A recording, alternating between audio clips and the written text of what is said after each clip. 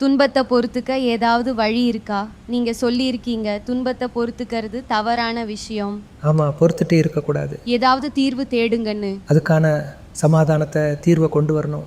ஒருத்தர்கிட்ட இருந்து நான் 10,000 ரூபாய் வாங்கியிருந்தா அப்போது அதை கேட்கறதுக்கு அவர் வந்து தான் ஆவார். ஆனால் நான் மறந்துட்டு என்கிட்ட எதுக்கு சும்மா கேட்குறீங்க அப்படின்னா சண்டை வந்துடும். ஆனால் நான் வாங்கி இருக்கிறதுனால திருப்பி கொடுத்து தான் ஆகணும். அந்த மாதிரி தான் நம்ம பெருமைப்பட்டா அப்போது ரீபேமெண்ட்டாக அவமானம் வரும். உலக சுகத்துக்கு மேலே இருக்கிற மோகத்தினால ரீபேமெண்ட்டாக துக்கம் வரும். பற்றுதல் இருந்தால் அடி விழும்.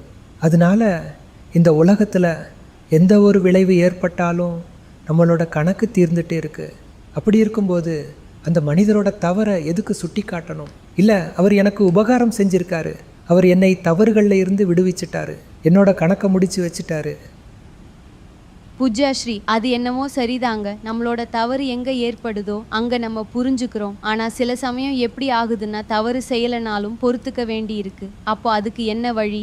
அப்போ புரிஞ்சுக்கணும், அது இந்த பிறவியோட கணக்கு புஸ்தகத்தில் இல்லாத இந்த தவறானது முந்தைய பிறவி கணக்கோடது இப்போ வந்திருக்கு. சரிங்க. அது ஏன்னா முந்தைய பிறவியில் நம்ம என்ன தப்பு செஞ்சோம் அப்படின்னு தெரியாது. அதுக்கான தண்டனையானது வந்து தான் தீரும்.